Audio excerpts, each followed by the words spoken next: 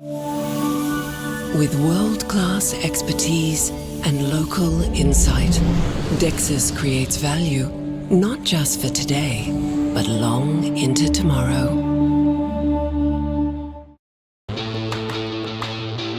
From Barangaroo Studios, the AusBiz COB is the key stuff you need to know about the day in business and finance. G'day and welcome to the COB on this Monday. I'm Andrew Gagan. Great to have you with us as we unpack what we saw today, one of those very historic days on the local equity markets. You can't really overstate just how dramatic some of these market moves have been, beginning at the very open there where we tumbled around 6%.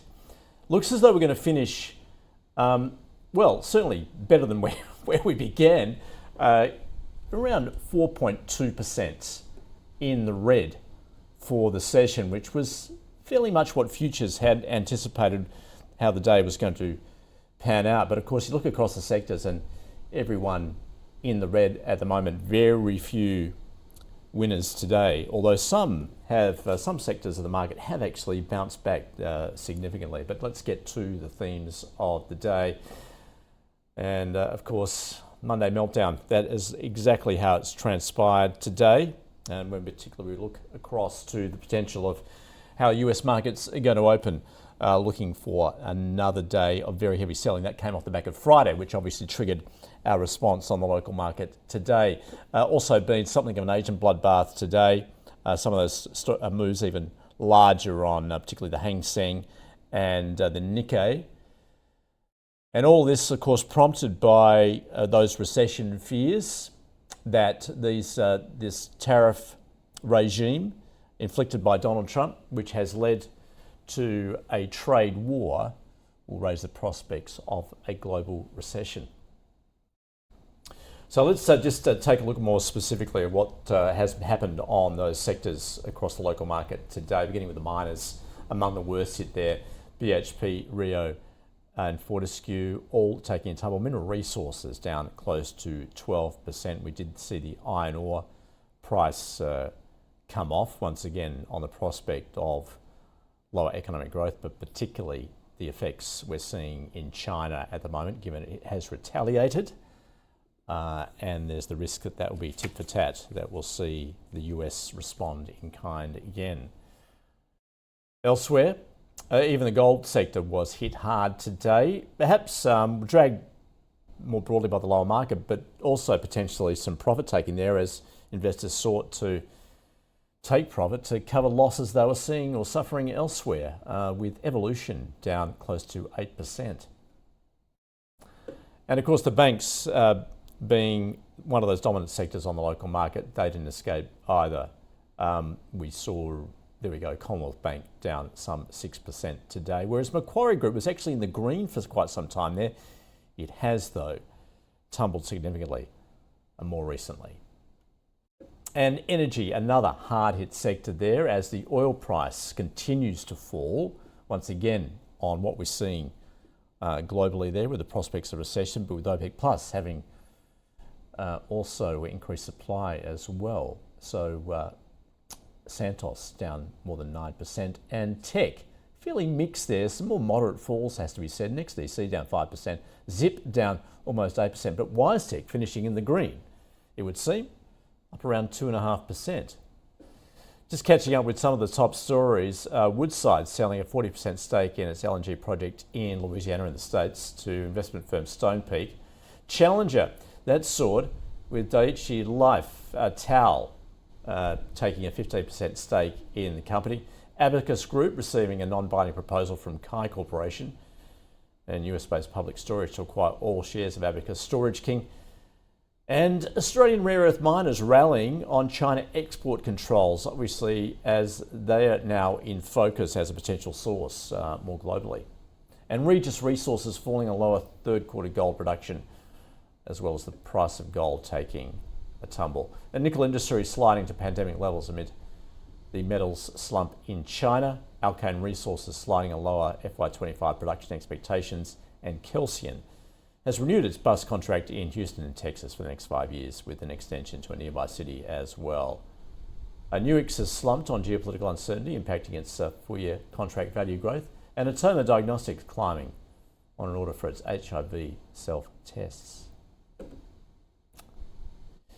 Now, given what we're seeing on the market, we decided to make our stock of the day a little bit different today. In fact, we're going to do this for the week. We caught up with Adam Dawes from Shaw and Partners and also Mathan Somasundaram from Deep Data Analytics for their take on stocks that they would buy in this market. And Adam came up with Northern Star and Mathan Somasundaram. He came up with Northern Star. I should say that Adam Dawes came up with Macquarie.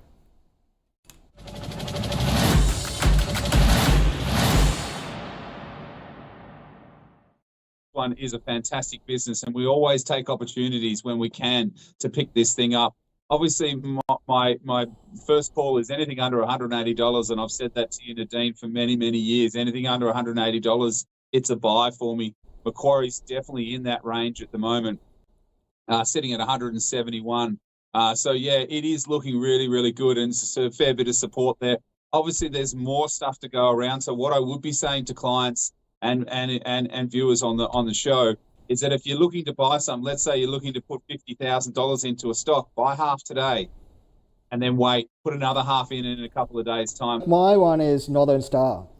We have volatility. We've been positive on gold for a number of years. That hasn't changed. Right now, despite the meltdown, spot gold in Aussie dollar is over 5,000. Even the expensive gold miners got, 2,300 Aussie dollar all-in sustainable cost. Northern Star is much better quality. It's a top-tier business, very high-quality business. At this point, they're churning out cash.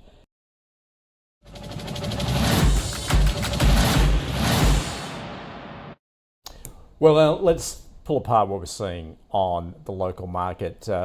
Let's welcome to the COB, Josh Gilbert from eToro. Josh, what a day. In fact, I was trying to put this in historical perspective. Now, I'm older than you, clearly. I was throwing back to 1987, the stock market crash. More recently, I guess, GFC, the COVID pullback, which didn't last that long, but nonetheless, how would you rate what we've seen in the last couple of days? Yeah, great to be with you, Andrew. What a Monday, what a Friday as well. Look, it's been a crazy few days for markets. I think, just having a quick look on the Bloomberg terminal earlier, I think if the NASDAQ sort of finishes down sort of 3 or 4% today, it could be sort of the worst 3 days for markets in the last sort of 25 years, which I think just goes to show sort of where we are. I just think, in terms of what we've seen from Trump and that sort of rollout, it's one of sort of the biggest, political changes that we've seen in such a long time. And, even having a look back over the weekend, sort of one of the worst starts for markets, from a new US president for many, many years as well. So I think it just goes to show the impact that, what he's doing is having on global markets. Obviously, the uncertainty that's sort of ripping through. Look, we quite clearly know that he is looking to try and strong arm nations, trying to get what he wants. Whether that means that we'll get negotiations, whether that means that we'll get sort of rollbacks on some of these tariffs is sort of yet to be seen. But, he has previously used the stock market as a gauge of, his performance as a president in previous times. But, he was sort of questioned this morning on Air Force One about the performance of sort of markets. And, I think his comment was that sometimes you've got to sort of take your medicine. And I think that maybe he isn't going to dial back in the short term. And I think that is where the uncertainty lies, is that maybe he is going to be keeping his foot down. And that markets, could come under sort of severe pressure. We're seeing two of the world's biggest economies sort of trade blows, and those sort of blows are sort of hitting the rest of the world pretty hard right now. Yeah. So as you mentioned there is no sign of an end to this, because certainly there is no sign that Donald Trump is going to do an about face and rescind any of these tariffs that he's seeing, unless, of course, we do see some individual deals with some countries that make their presence felt in the White House. What's the prospect of entering a bear market then, do you think, Josh? Look, I think we're very likely at this stage, I think especially for the S&P 500. I think that, the ASX has held up pretty well today, all in all. I mean, I think we opened up about 6%, and last time I looked, we were only down about sort of 3.5%. So sort of clawed back some of those gains a little bit. We've already seen the Nasdaq enter bear market territory from its high. I think it's down 22%. Could be more than that if we open much lower today as well. So certainly going to be that sort of sense of unease for investors sort of looking at their portfolio, especially new investors that are coming to the market within sort of the last 5 years. Again, we saw a huge wave of retail investors enter the market after COVID, but really before that time, it was obviously when we had that sell-off. It wasn't probably until after that time that we saw a lot of new market participants. So this is going to be pretty heavy for them to sort of take. I think one thing to sort of maybe think back on is when we sort of saw Trump's trade war sort of kick off with China back in 2018, 2019, around his sort of last term, quite something that sort of stayed throughout his term and through that sort of trade war is that we would get sharp sell-offs. We would see that sort of volatility surge, but then each sort of truce, that trade deal, each rolled back sort of did spark these sort of relief rallies. So I think that's something that we're looking to.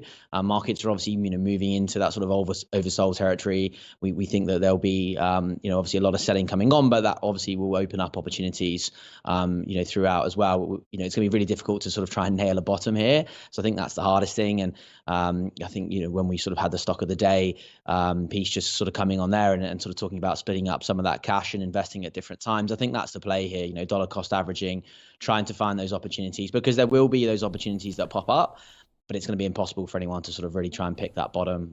But as I say, there's going to be opportunities to dollar cost in here and pick up some quality companies at some much better prices than what we've seen at the start of the year.